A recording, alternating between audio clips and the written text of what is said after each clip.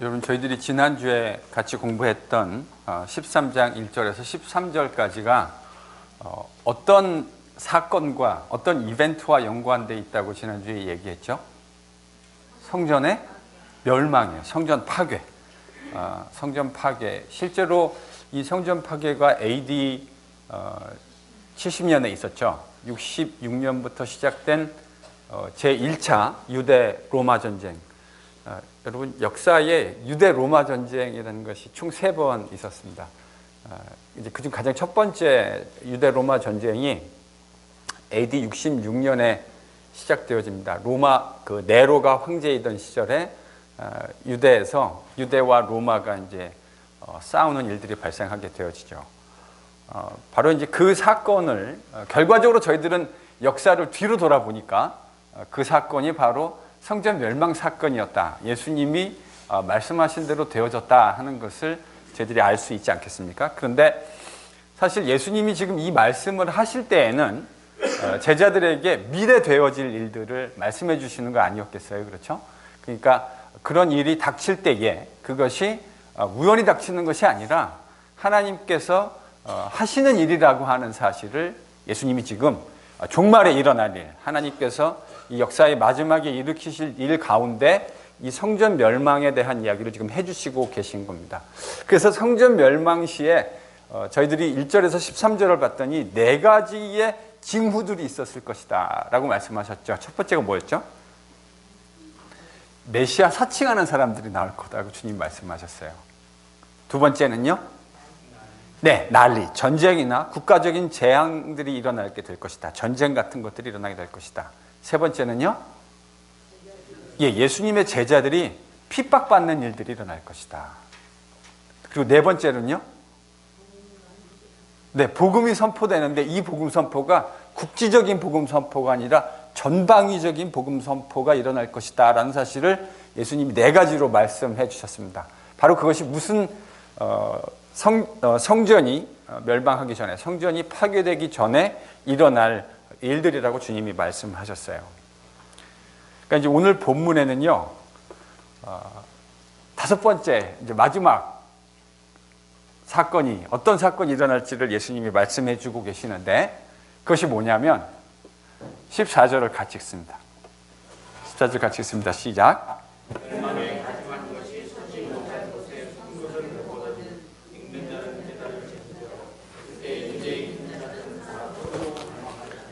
그러니까 지금 4번째까지 그 사인들이 있었잖아요. 5번째 사인이 주어집니다. 그것이 무엇이냐면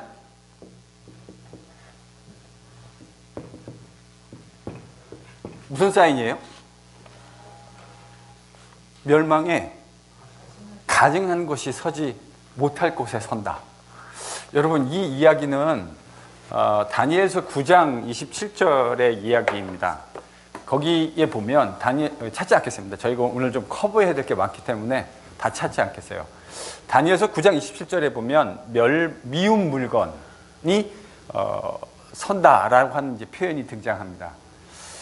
그러니까 다니엘도 여러분 예언이지 않습니까? 다니엘 선지자가 본 묵시고 예언인데 거기 보면 미운 물건, 그러니까 가증한 물건, 뭐 이거 저희들이 이렇게 번역할 수 있을 텐데 그 물건이 서는 것을 볼 때에 여러분, 사실 다니엘이 이 예언을 하고 난 후에 이스라엘 역사에 미운 물건, 가증한 물건이 서지 못할 곳에 서는 것, 즉 성전을 말하는 거잖아요. 그런 일들이 여러 번 있었습니다.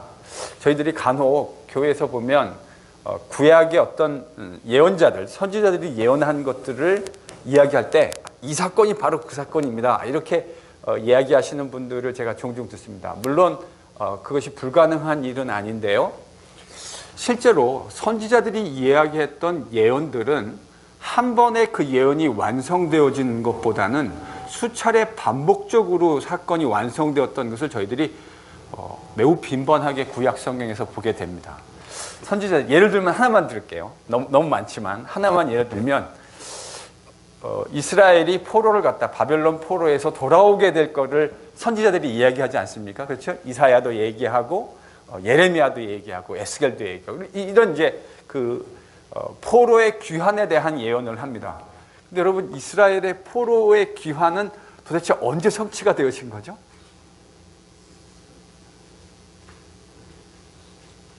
언제 성취되어졌습니까? 스룹바벨 때 일단 성취되어졌다고. 근데 그 성취라고 하는 건 온전한 성취라고 보기에는 어렵죠. 왜냐하면 여러분, 이사야가 그려주고 있는 에덴의 회복, 이스라엘의 회복이라는 그림하고 스룹바벨 때의 모습은 딱 맞아떨어지지 않아요. 만약에 우리가 스룹바벨 시절에 살았다고 한다면 어떤 생각을 들 거냐면, 하나님이 말씀하신 그 이사야의 예언이 부분적으로는 이루어졌을는지 모르지만 아직 풀 스케일로 그것이 이루어진 것은 아니었을 것이라고 많은 사람들이 생각했을 겁니다. 실제로 구약 성경의 예언은 한 번에 다 성취돼야 될 필요도 그럼 없는 거 아닙니까? 저는 그 궁극적인 예언의 성취가 예수님 때 가서 이루어졌다고 생각하거든요. 여하간 구약 성경에 나오는 예언이 딱 한 번에 걸쳐서 성취되어야 된다고 하는 강박관념은 저희들이 좀 벗어버려야 할 필요가 있지 않을까 하는 생각을 합니다. 자, 그러면 오늘 다니엘서 9장 27절에서 다니엘이 예언했던 것은 이스라엘 역사에서 여러 번 반복적으로 일어났던 것 같아요. 그러니까 미운 물건이 서지 못할 곳에 쓰는 것. 여러분, 어떤 거를 생각해 볼 수 있을까요? 다니엘 후대의 역사를 생각해 본다면, 일단 바벨론이 솔로몬 성전을 무너뜨린 것 저희들이 생각할 수 있지 않겠습니까? 그렇죠? 여러분, 바벨론이 이스라엘을 함락시키고, 저희들이 지금 예레미야를 읽고 있는데, 바벨론이 이스라엘을 철저하게 무너뜨렸을 때요, 그때 성전도 약탈했습니다. 그도 그럴 것이, 지난번에도 말씀드렸지만 성전이라는 것이 온갖 보화와 금으로 치장되어져 있다고요. 그러니까 약탈자 입장에서 봤을 때 성전이라고 하는 건 상당히 매력적인 건물입니다. 그 안에 있는 금으로 된 장식들 다 뜯어가면 이제 어마어마한 보화가 되는 거죠. 또요, 생각할 수 있는 게요, 마카비 혁명 당시, 저희들이 성경 공부할 때 이제 마카비 혁명에 대해서 얘기하지 않았습니까? 헬라 시대 이후에 시리아에 셀루시드 왕조라고 하는 왕조가 있었습니다. 거기에 매우 유명한 악질 같은 왕이 하나 있었는데 그 사람이 누구냐면 안티오쿠스 4세예요. 그러니까 이전에 유대 지역을, 그러니까 바벨론에 의해서 멸망하고 난 다음에 유대 땅을 페르시아에 의해서 통치를 받았고요. 저희들이 예레미야 읽고 있는데 이제 메데 파사 이런 말이 나오잖아요. 바로 그 메데입니다. 메데 파사. 페르시아 사람들에 의해서 통치를 받았고, 페르시아 이후에 헬라에 의해서 통치가 되어지고요. 그리고요, 이집트, 시리아, 로마 이런 식으로 이제 차례대로 이 팔레스틴 땅, 하나님이 이스라엘에게 주셨던 땅이 통치함을 받습니다. 그 중에 이제 시리아의 셀루시드 왕조의 안티오쿠스 4세라는 왕이 있는데, 이 왕이 왜 악질이냐면 그 전에 있는 모든 헬라 세계, 이집트 모든 왕들은 이스라엘에게 문화적으로 포용 정책을 폈어요. 종교적으로도 자신들의 이스라엘의 종교를 인정해주는, 그러니까 뭐 별로 마음에 들지는 않았겠지만 이스라엘이 극렬하게 싸워야 할 이유는 없었을 거라고요. 왜냐하면 종교를 인정해 줬으니까. 하나님 섬기는 거, 할례 받는 거, 율법 지키는 거 금하지 않았다고요. 그런데 이 셀루시드 왕조의 안티오쿠스 4세는 그거 금했습니다. 그래서 이제 이스라엘이 전면적으로 저항하게 되어지는 거죠. 바로 그 저항 전쟁이 마카비 혁명입니다. 바로 그때 셀루시드 왕조의 바로 그 시절에 안티오쿠스 4세가 어떤 만행을 저질렀냐면 제우스 신상을 성전에다가 세우는 일을 합니다. 그러니까 이게 이제 유대인들의 마음속에는 정말 씻을 수 없는 상처가 되어진 거죠. 또 있습니다. AD 40년경에 로마의 황제 칼리귤라라고 하는 갈리귤라 이렇게, 이건 그 번역이니까요. 칼리귤라라고 하는 로마의 황제가 있었죠. 이 사람이 유대 전 지역에, 성전을 포함한 유대 전 지역에 자신을 신이라고 선포하고요. 로마 황제 중에 그런 사람들이 상당히 많이 있었죠. 자신을 신이라고 선포하고 자신의 흉상을 제작했습니다. 그래서 자기가 통치하고 있는 모든 통치 지역에 그 흉상을 세우도록 명령을 내립니다. 유대 땅에도 예외 없이 성전에 이제 이걸 세우려고 했어요. 그러니까 유대인들이 이제 사실은 이 그 갈리귤라 총독이 그 황제가 자신을 왕이라고 황제라고 신이라고 얘기하고 제우스 자신의 신상을 성전에 세우려고 했던 이 사건이 본격적으로 제가 아까 말씀드렸던 유대 제1차 전쟁, 유대 로마 전쟁의 사실은 시작점이 되어집니다. 역사학자들이 그렇게 평가하거든요. 여하간 그런 일이 있었고요. 또 AD 66년부터 70년 아까 얘기했던 유대 로마 전쟁, 그 유대 로마 전쟁에서 멸망에 가증한 것이 서지 못할 것에 서게 됩니다. 자, 그러면 예수님은 지금 다니엘서 9장 27절을 인용하면서 이야기를 하고 있는데 여러분 예수님의 머릿속에서 이 사건은 어디를 지금 포인팅하고 있는 거죠? 유대 로마 전쟁을 포인팅하고 있는 겁니다. 실제로 유대 로마 전쟁에서 베스파시안이라고 하는 황제, 원래는 이 사람이 네로가 황제이던 시절에 그 로마의 동쪽이죠, 그렇죠? 팔레스틴과 이 지중해 연안의 C자 모양의 그러니까 지중해를 중심으로 해서 오늘날의 터키, 안디옥, 시리아, 팔레스틴 그리고 이집트 이 지역 전체를 다스리고 주둔하고 있었던 주둔군의 총사령관이 베스파시안이라는 사람이었습니다. 그 당시 황제는 네로였어요. 그런데 이 유대 로마 전쟁이 시작되는 과정에서 네로가 죽습니다. 그래서 병사들이 이 동쪽에 있는 그러니까 상당히 큰 지역이라고요. 로마로 봤을 때도 매우 중요한, 왜냐하면 이집트 땅도 있고 소아시아와 유럽을 연결한 땅이기 때문에 매우 중요한 땅이죠. 그래서 이 동북아 쪽에 있었던 이 병사들이 이 베스파시안을 황제로 추대합니다. 그러니까 사령관이었다가 황제가 죽고 난 다음에 졸지에 베스파시안이 황제가 돼요. 그래서 이제 그 전쟁을 하다가 황제가 돼서 로마로 가고 그의 아들 티투스라고 하는 디도 장군이 이 나머지 전쟁을 이제 치르게 되죠. 그때 이제 AD 70년 8월입니다. 그러니까 여름이죠. AD 70년 8월에 예루살렘을 몰고 들어가서 처음에는 원래 시작은 12군, 제경이 맞으면 12군단, 그러니까 로마의 군단 중에 약 한 4만 명 되는 12군단을 데리고 이 반란군하고 싸웠던 거거든요. 그러니까 사실은 여러분 로마 입장에서 보면 팔레스틴 땅이라고 하는 건 그렇게 막 그 엄청나게 탐이 나는 땅은 사실은 아니에요. 그렇지 않겠습니까? 더 탐이 나는 땅은 어디죠? 이집트죠. 말할 것도 없이 이집트죠. 이집트 아니면 지중해 북쪽에 있는 오늘날의 터키 지역. 이 땅이 사실은 로마로서는 훨씬 탐나는 땅이죠. 근데 그 가운데 누가 있었냐면 그 딱 중간에 지금 누가 있는 거냐면 이 팔레스틴, 이스라엘이 있는 거 아닙니까? 여러분 지도를 보시면 이렇게 돼 있잖아요. 이렇게. 이게 뭔지 아시죠? 제가 C자 거꾸로 그리면 지중해. 여러분 이제는 좀 알아들으셔야 돼요. C자 거꾸로 그리면 이 지중해고요. 여기가 터키 지역 아닙니까? 그리고 여기가 팔레스틴, 뭐 시리아, 뭐 이란, 뭐 이렇게 이제 지금 오늘날에 있고요. 여기가 이제 이집트 아닙니까?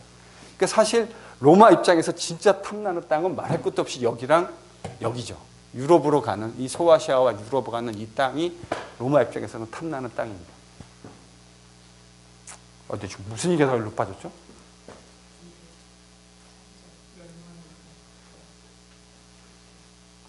제가 무슨 이야기 하려다가 지금 옆으로 좀 샜는데 뭐 여하간 그래서 AD 70년에 이 팔레스틴 처음에는 이제 중요하지 않으니까 이 주력군을 안 보내요. 여러분 이런 땅에다가 로마의 주력군을 보내면 안 되죠. 그래서 군단 하나 보내가지고 싸웠는데 그 죽기 살기로 덤비는 반란군들을 이겨내지 못했습니다. 그래서 이제 나중에 주력 군대의 군단 3개를 보냅니다. 그러니까 처음에 66년에 전쟁 시작했을 때 3배 병력 규모에다가 남아있었던 12군단인가 13군단, 그러니까 군단이 4배가 된 거예요. 그래서 이스라엘을 완전히 그냥 초토화를 시킵니다. 로마의 4개의 군단이 와서 처음에 시작은 하나의 군단으로 했다가 바로 그 이야기가 오늘 저희가 읽었던 이 성전 멸망과 관련된 실제 역사 이야기입니다. 자, 그러니까 아까 저희들이 얘기했던 다니엘서 9장의 이야기를 예수님이 가져와서 그 멸망에 가증한 것 이야기가 바로 성전 멸망에 대한 거고, 이 이야기가 AD 70년에 실제로 이루어졌다. 자, 15절에서 16절에서 예수님이 제자들에게 이 성전 멸망이 일어날 시기에 발생하는 사인을 얘기해 주시고 난 다음에 이 상황이 얼마나 긴박한 상황일 거냐라는 얘기를 15절, 16절에서 이야기해 주십니다. 어느 정도로 이 상황이 긴박한 상황이죠?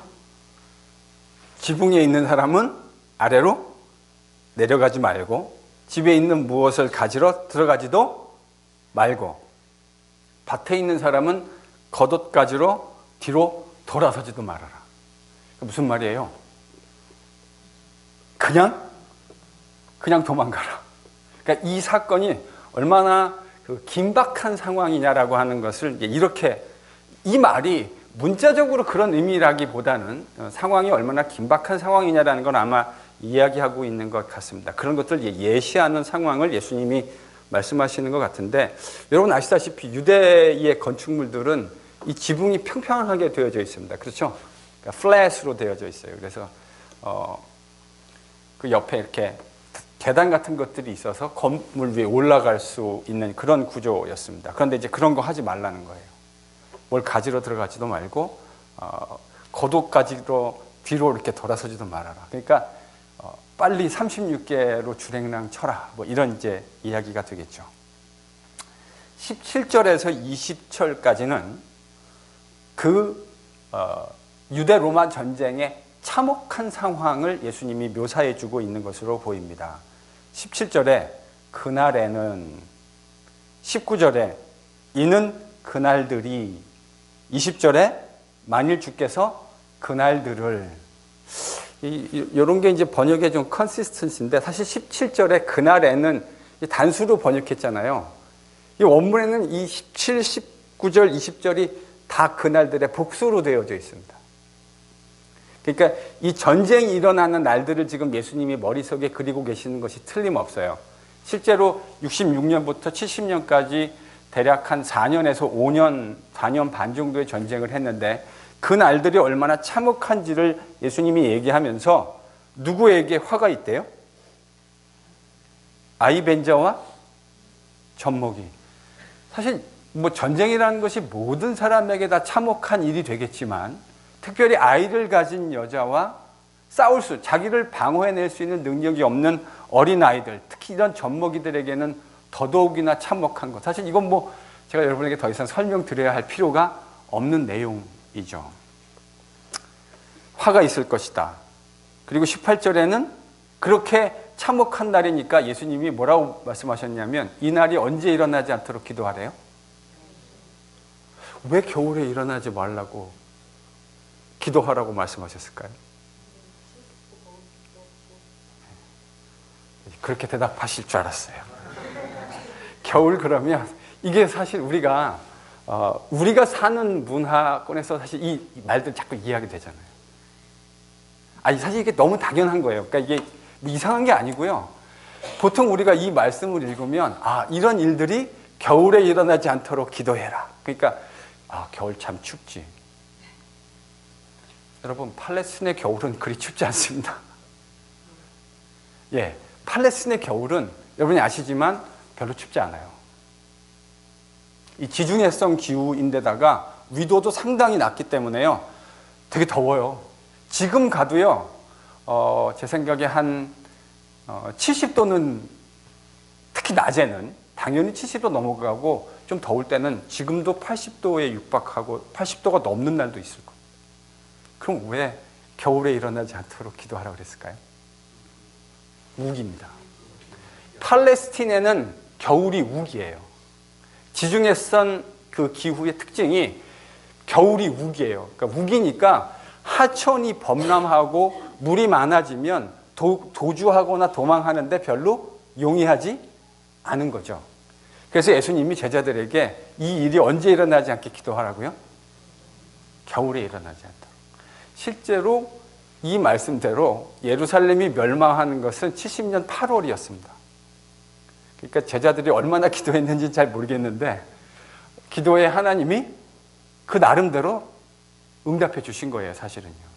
물론 뭐 전쟁의 그 극심한 상황들이 어느 한 그 계절로 한정될 수는 없지만 가장 긴박했던, 그러니까 요세푸스라고 하는 사람이 유대 그 로마 전쟁사에 대해서 썼거든요. 그 글을 썼는데 거기 보면 이 전쟁 상황이 얼마나 참혹한 상황이었는지를, 그러니까 예루살렘이 포위되어지고 난 후에 그 안에 있었던 일들을 유대 전쟁사에 보면 한 군데가 아니에요. 정말 많은 곳에서 그 비참한 모습들을 서술하는 이야기가 등장하거든요. 여하간 그 날들이 얼마나 참혹한 날들이냐면 환난의 날이 되겠습니다라고 얘기하셨고, 예수님께서 19절에서 그 날이 하나님께서 창조하신 시초부터 지금까지 이런 환난이 없었고 이후에도 없으리라. 그러니까 여러분, 이 환난이 최상급의 환난이라는 말 아닙니까? 이 말대로 하면 아닌가요? 창조하신 시초부터 지금까지 이런 환난이 없었고 후에도 없을 거다. 이걸요, 너무 문자적으로 받지 마세요. 이걸 문자적으로 받으실 수도 있을 텐데 사실 이 말은 문자적으로 받을 게 아니고요, 유대인들한테는 매우 익숙한 표현 방법입니다. 뭐라고 표현해야 되죠? 우리도 그런 거 있잖아요. 이디오메릭하게, 그러니까 관용적으로 표현하는 표현. 오래간만에 만났을 때 요즘 젊은 학생들이 그렇게 얘기하더라고요. 한국에서요, 제가 신학교에서 가르칠 때 진짜 오래간만에 만나면 우와 100만 년 만이다 이렇게 말하거든요. 그게 진짜 100만 년 만이라는 말입니까? 아니잖아요. 그러니까 과장한 거죠. 또 이렇게 얘기를 안 해드리면 여러분 섭섭하실 것 같아서 제가 구약 성경에 여러분이 사실은 주의 깊게 안 읽으셔서 그렇지 조금만 구약 성경을 주의 깊게 읽으셨다면 이런 표현이 구약 성경에 곳곳에 등장한다는 것을 여러분이 이미 눈치채셨을 거라고 생각합니다. 몇 가지만 알려드릴게요. 출애굽기 10장 14절 누가 한번 찾아보실래요? 출애굽기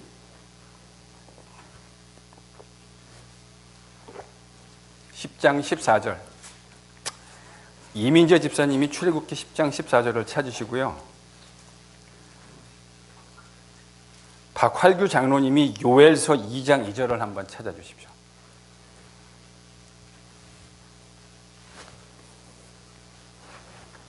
찾으셨나요? 대표로 읽습니다. 시작. 메뚜기가 그 땅에 이르러 그 사방에 내리네. 그 폐가 심하니 이런 메뚜기는 전에도 없었고 후에도 없을 것이다. 전에도 없었고 후에도 없을 것이다. 그 메뚜기가 최상급이라는 의미라기보다는 그 메뚜기 재앙이 정말 어마어마하고 무시무시한 규모일 것이다 라는 이야기를 이제 그렇게 이야기한 거죠. 장로님 요엘서 2장 2절 읽어주실래요? 곧 어둡고 캄캄한 날이요 짙은 구름이 덮인 날이라 새벽빛이 산꼭대기 위에서 핀 것 같으니 이는 많고 강한 백성이 이르렀습니다. 이와 같은 것이 옛날에도 없었고 이후에도 되리어 없으리로다. 네, 그러니까 이게요 유대인의 표현법 가운데 옛날에도 없었고 앞으로도 없을 것이다 라는 말이 이것이 문자적인 의미라기보다는 매우 극심한 것이다 라는 이제 내용을 이제 이렇게 표현한 겁니다. 그러니까 예수님 말씀하신 거를 이게 정말 그 문자적으로 그대로 받아서 최상급의 재난이었다기보다는 매우 극심한 재난이다. 여러분 이렇게 이해하시면 될 것 같아요. 그래서 주께서 그 날들을 지금 이 전쟁의 날들을 감하지 아니하셨다면 모든 육체가 구원을 얻지 못할 것이다. 저는 여기서 이 말이 저희들의 영혼의 구원이라기보다는 생명의 건지심을 이야기하는 것으로 저희들이 이해하면 좋지 않을까 그런 생각이 듭니다. 자, 그래서 17절에서 20절은 이 전쟁이 얼마나 참혹한 모습일 거냐 하는 내용들을 예수님이 이야기하시고 난 후에 21절, 22절에서 여러분 다시 예수님이 이전에 이야기하셨던 것과 상당히 비슷한 내용으로 돌아오시죠. 전에 성전 멸망이 일어날 시기에 일어날 일로 말씀하셨던 것 중에 메시아 사칭하는 사람들의 얘기를 하셨잖아요. 근데 지금 21절, 22절에 보면 여러분 22절 다시 한번 읽습니다. 시작.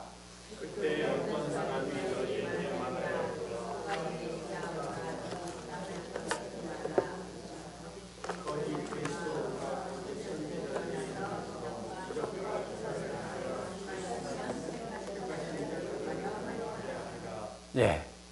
다시 이제 그 이야기를 좀 더 자세하게 설명해 주시는 것 같아요. 이 시기가 되어졌을 때에 거짓 메시아들이 등장할 것이다.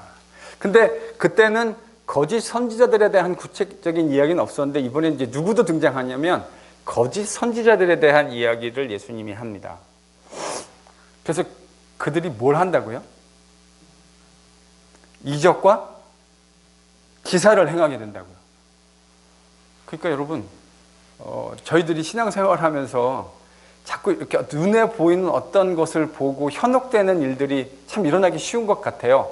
근데 여러분, 이적과 기사가 진짜 하나님의 백성에게만 일어나는 것이 아니고요. 예수님의 말씀을 따르면 누구도 이걸 할 수 있다고 지금 말씀하시죠?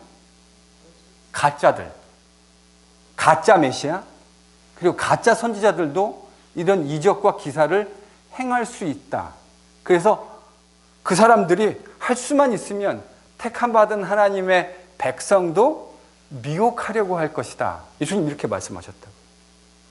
그러니까 여러분, 제가 그 건강한 신앙에 대해서 이야기할 때 자꾸 이런 어떤 경험적인, 물론 저희들이 당연히 경험을 무시할 수 없습니다. 그 당연히 그렇죠.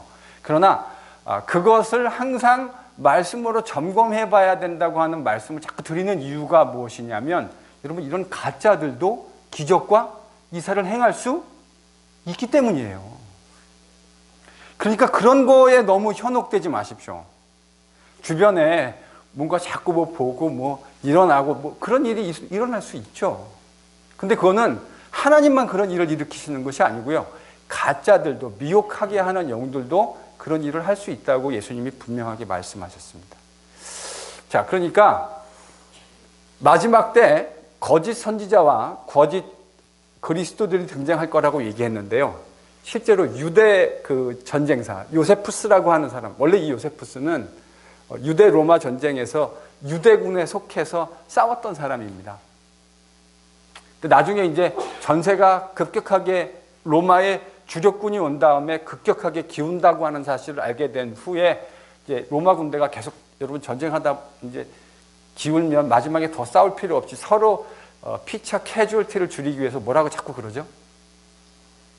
이제 니들이 봐도 더 이상 싸울 상황이 안 됐으니까 뭐라 그러죠? 투항해라. 투항하는 자들은 목숨을 살려주겠다. 이렇게 이제 얘기하잖아요. 그때 투항에서 살아남은 소수의 사람 중에 한 사람이 바로 요세푸스입니다. 그래서 그가 이제 어떻게 보면 약간 변절한, 로마 군대 쪽으로 변절한 변절자의 관점에서 이 유대 전쟁사를 기록을 합니다. 거기에 보면요, 어떤 내용이 나오냐면 AD 66년에 가짜 선지자들이 막 등장하기 시작하는데 유대 땅에 갈릴리 그 유다의 아들 메나헴이라고 하는 사람이 등장합니다. 이 사람이 누구냐면 가짜 선지자예요.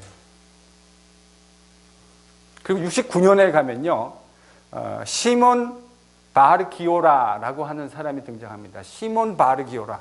그러니까 지금 유대 로마 전쟁사의 그 책 안에 가짜 선지자로 유대 로마 전쟁사에 등장했던 가짜 선지자들의 목록이 이렇게 등장하는데 시몬 바르기오라라는 말은 사이몬 the son of 기오라라는 뜻입니다.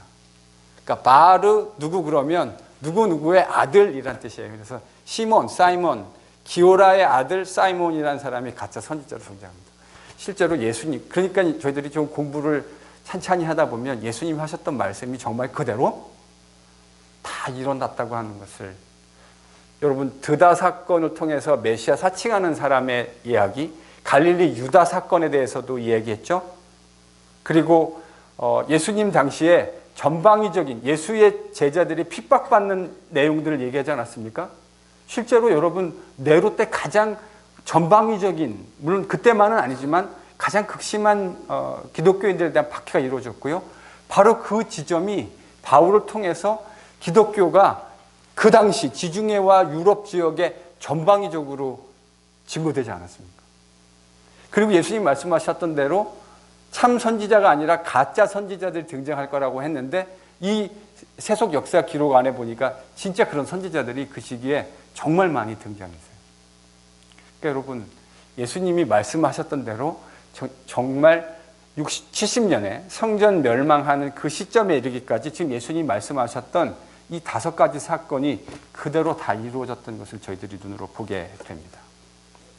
자, 그래서 이 이야기를 종료하면서 23절은 13장에서 시작되었던 이 이야기가 종결되어지는 이야기입니다. 그래서 저는 이걸 뭐 종결어구 이렇게 좀 표현할 수 있을 것 같은데 23절 같이 한번 읽습니다. 너희는 뭐 하래요? 삼가라. 너희는 삼가라.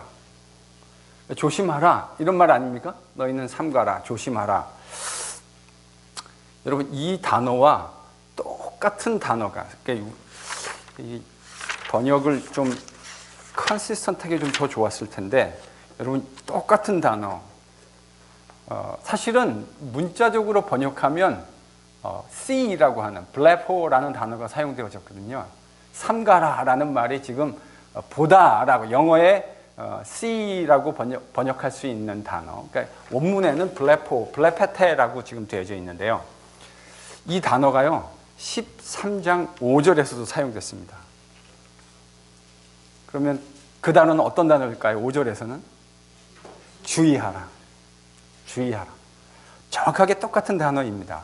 그러니까 예수님이 지금 성전 멸망에 대한 이야기를 하면서 13장 5절에 이제 1절은 제자들이 예수님께 성전 멋있다는 이야기를 했고 그 얘기를 듣고 난 다음에 이제 3절에서 제자들이 예수님이 2절에서 다 이제 돌 위에 돌 하나 남지 않고 다 멸망할 거다. 무너질 거다. 이렇게 말씀하시니까 3절, 4절에서 제자들이 와서 예수님께 조용히 묻잖아요.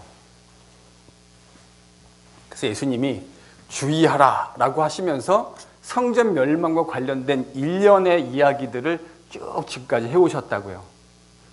뭐라고 하라고요? 주의하라. 이 일이 일어날 때 너희들 주의해라. 23절에 이 이야기를 쭉 다 하고 난 다음에 예수님이 또 뭐라고 그러셨어요? 주의해라. 네. 삼가라라는 말보다는 너희들이 주의해라. 너희들이 주의하게 하기 위해서 내가 이 모든 일들을 미리 말해주는 것이다. 그러니까 지금요, 성전 멸망과 관련된 이야기가 앞에 등장했고 이 내용들은 성전 멸망과 관련된 사인과 그것이 얼마나 참혹한 내용일 것인가 하는 내용들이 기록되고 난 후에 23절 마지막에 예수님이 그러니까 주의해라. 주의해라. 주의해라. 그래서 저는 5절과 23절에 있는 주의하라라고 하는 어구 사이에 성전 멸망과 관련된 사인과 일련의 사인과 그리고 참혹한 상황이 기록되어져 있다 생각합니다. 자, 그리고 24절에서 27절은 저는 성전 멸망에 대한 내용과는 조금 구분하고 싶습니다. 어떤 분들은 24절, 27절도 성전 멸망에 대한 내용을 이야기한다고 이야기하긴 해요. 그러나 저는 24절에서 27절은 성전 멸망에 대한 직접적인 이야기라기보다는 제가 지난번에 예수님이 말씀하신 말세에 대한 그림 그려드렸죠. 기억나십니까? 기억나세요? 예수님이 이 땅에 오시는 이 시점부터 시작해서 뭐가 시작된 거죠? 이게 말세가 시작되어진 거예요. 그럼 우리는 지금 어디 살고 있는 거죠? 여전히 말세에 살고 있는 거예요. 그리고 이 말세는 언제 완성되어집니까? 주님이 다시 올 때. 그러니까 요 시기, 이건 언제인지 모르죠. 그렇죠? 그러나 이 시기부터 주님이 다시 오실 첫 번째 초림과 두 번째 재림 사이의 기간을 우리는 이제 말세라고 기독교인은 부르게 되는 겁니다. 그래서 이제 각 끝으로 갈수록 뭐가 되는 거죠? 말세. 안 들어보셨어요? 저 옛날에 어렸을 때 교회에서 장로님들이 기도하시면 이 말세지 말해 이러면서 장로님들이 기도하셨던 기억이 참 많이 있습니다. 말세지 말. 그러니까 사실 끝으로 갈수록 진짜 말세의 끝이 가까워오는 거죠. 그 말이 틀린 말이 사실은 아니에요. 말세, 이 전체가 프레임으로 말세지만 점점 주님이 다시 오실 시기는 가까워지고 있는 거 아닙니까? 언제 있는지는 우리가 알지 못하지만. 자, 그래서 이 사건 가운데 매우 중요한 사건 하나가, 말세의 중요한 사건 중에 하나가 뭐냐면 성전 멸망입니다. 예수님 지금 그 얘기를 하신 거고, 이 성전 멸망과 관련되어져서 예수님이 이것이 말세의 매우 중요한 사건 중에 하나가 될 것이다. 사실 여러분, 예루살렘 성전 멸망이라고 하는 것은 뭐에 대한 사인이죠? 여러분, 이스라엘에 대한 심판의 의미를 담고 있는 거예요. 지금 저희들이 예레미야 묵상해 오고 있는데 하나님이 지금 계속 이번 주에 누구 심판하겠다고 계속 말씀하십니까? 바벨론. 그래서 저희 딸이 그랬대요. 제가 직접 들은 얘기는 아닌데 한 번만 심판한다 그러면 되지. 뭐 계속 그렇게 심판한다. 이번 주 내내 그 심판한다는 얘기 아닙니까? 물론 이제 여러 가지 설명이 가능하겠죠. 근데 이스라엘을 하나님이 바벨론이라는 도구를 사용하셔가지고 징계하시고 심판하셨던 거 아닙니까? 근데 그 바벨론도 하나님이 심판하시겠다 그러잖아요. 메대 사람들을 준비시키셔가지고 그들을 통해서 북쪽에서 이들을 심판하러 지금 올라오고 있는 내용 아닙니까? 성전 멸망은 패역한 이스라엘에 대한 하나님의 심판입니다. 더 이상 이스라엘이 민족적 이스라엘이 아니라 이제 제가 여러분하고 에베소서에서도 얘기했던 그리스도 예수 안에서 새롭게 만들어지는 이스라엘, 영적인 이스라엘, 그거를 얘기하고 있는 거죠. 바로 이 예루살렘 성전 멸망 사건은 여러분 그런 의미에서 저는 로마의 승리라고 이야기하고 싶지 않습니다. 로마의 승리라기보다는 하나님의 심판이라고 얘기하는 게 훨씬 더 정확한 내용이라는 생각이 들어요. 이제 이 이야기가 등장한 겁니다. 그리고 예수님이 23절에서 이 이야기를 종교로그, 그러니까 주의해라 하고 난 다음에 이 이야기를 얘기하고 있다고 하는 건 이 사이에 어느 정도 성전 멸망과 마지막 날에 대한 사건 사이에 일종의 약간의 퍼즈가 있는 것이 아니냐. 전 이제 그렇게 읽으려고 합니다. 24절에서 27절 한번 읽겠습니다. 자, 예수님이 너희들이 삼가하고 주의해라 라고 23절에서 말씀하시고 난 후에 24절에서 그 환난 후에 이렇게 말씀하셨죠.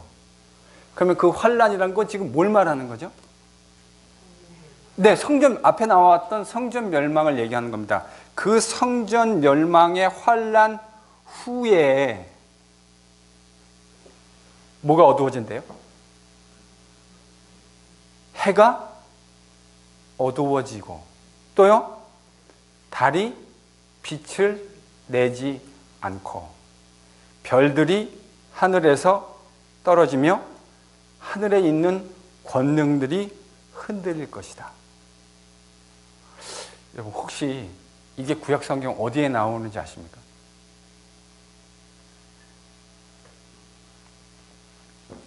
이사야 13장 10절입니다. 찾아보시죠. 또 한 분은 34장 4절을 찾으십시오. 홍미경 집사님이 13장 10절을 찾으시고 김문철 집사님이 34장 4절을 좀 찾으시죠. 13장 10절부터 읽겠습니다. 하늘의 별들과 별무리가 그 빛을 내지 아니하며 해가 그다도 어두우며 달이 그 빛을 비치지 아니할 것이로다. 여러분 이거는 이사야가 바라보았던 묵시의 한 장면입니다. 그렇죠? 거기에 뭐와 뭐가 등장하죠? 해와 달빛이 그리고 별빛 뭐 이런 그러니까 이제 하나님이 역사의 마지막에 종말을 이야기할 때 그 종말을 이야기하는 방식이 뭐냐면 하나님이 만들어 놓으신 이 천체가 더 이상 그것이 기능하지 않는 것 같은 바로 그게 유대인들 가운데 마지막 묵시를 이야기하는 방식이었어요. 그래서 여러분, 예수님이 돌아가실 때 어떻게 됐다 그랬죠? 온 지면에 어둠이 임했다 그랬잖아요.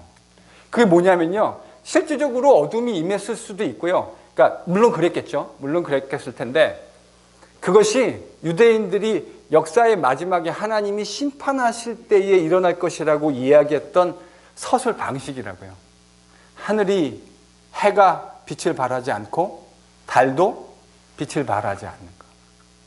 34장 4절을 읽어주실래요?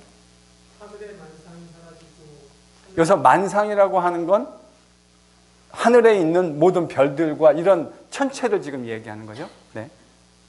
하늘들이 두루마리 같이 말리되 그 만상에 쇠잔하니 네. 나무 잎이 마른 것 같고 무화과 나무 잎이 마른 것 같습니다. 네.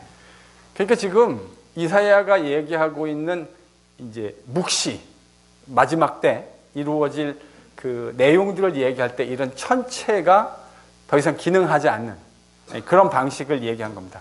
자, 바로 그 장르를 가지고 와서 예수님이 지금 그때에 환난 후 그때, 그러니까 제가 아까 말씀드렸던 대로 이 성전 멸망하고는 어느 정도 약간의 디스턴스가 있는 것 같이 느껴지고요. 그래서 해가 어두워지고 달빛이 빛을 내지 않고 별들이 떨어지고 권능들이 흔들리고, 그때 26절에 어떤 일이 일어납니까? 인자가 구름을 타고 큰 권능과 영광으로 오는 것을 사람들이 볼 것이다. 그때에 또 어떤 일이 일어난다고 27절에 얘기하죠?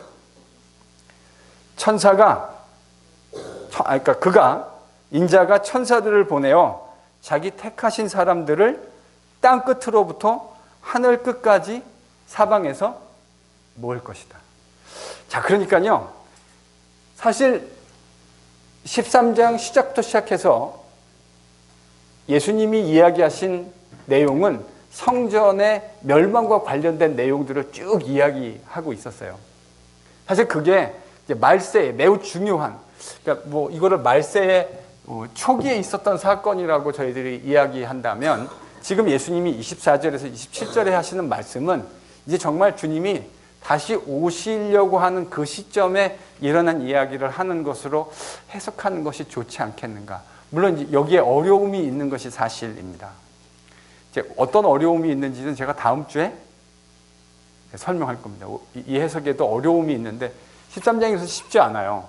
그러나 저는 이렇게 읽는 것이 문장의 스트럭처상도 이렇게 읽는 것이 좋을 것 같아요. 왜냐하면 이렇게 두 개의 종교 어구 사이에 멸망에 대한 이야기를 했고, 그리고 24절에서 27절은 이제 정말 마지막 주님이 다시 오시는 재림의 이야기를 저희들이 이해하는 것이 좋지 않을까.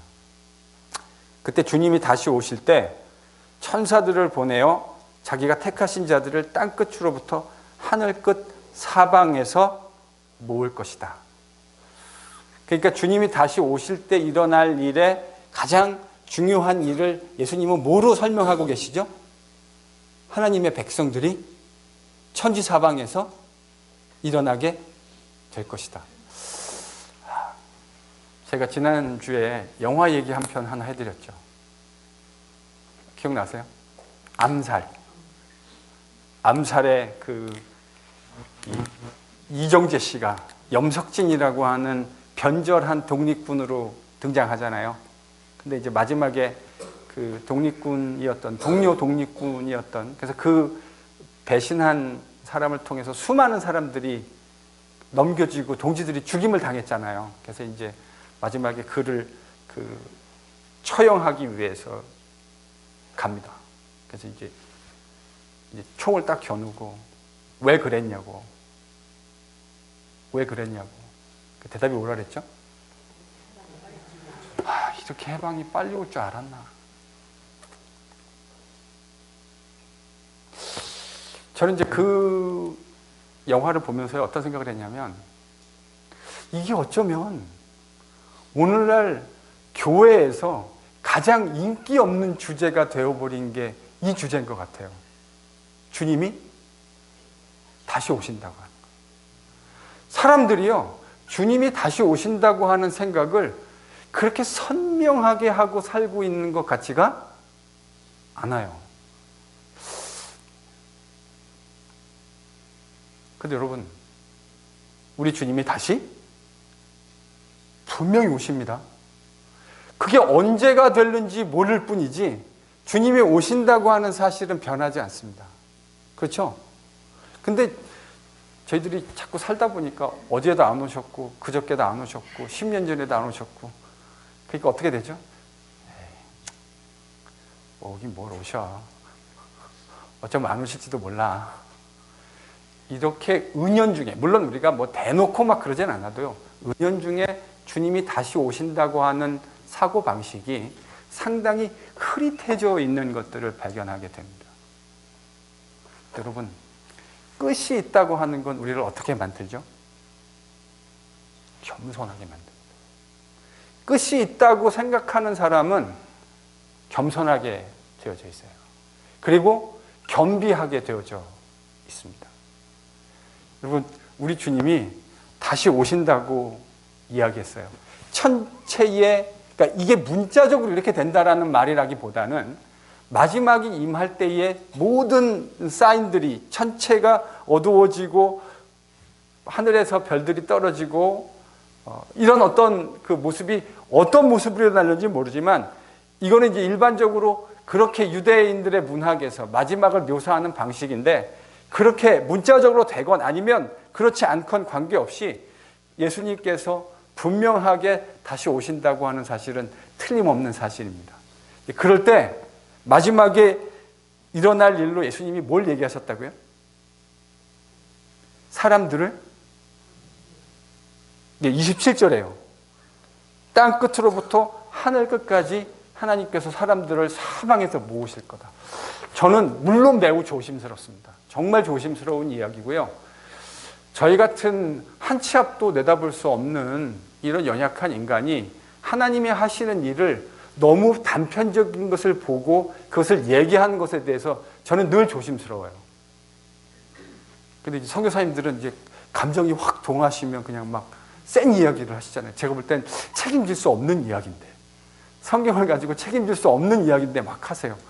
근데 그럼에도 불구하고 제가 요즘 들어서 좀 거부할 수 없는 건, 예수님이 마지막 때가 되어졌을 때에, 진짜 마지막, 주님이 다시 오시는 때가 되어졌을 때에 천지 사방에서 하나님의 백성들을 불러 모으실 것을 얘기하고 있잖아요.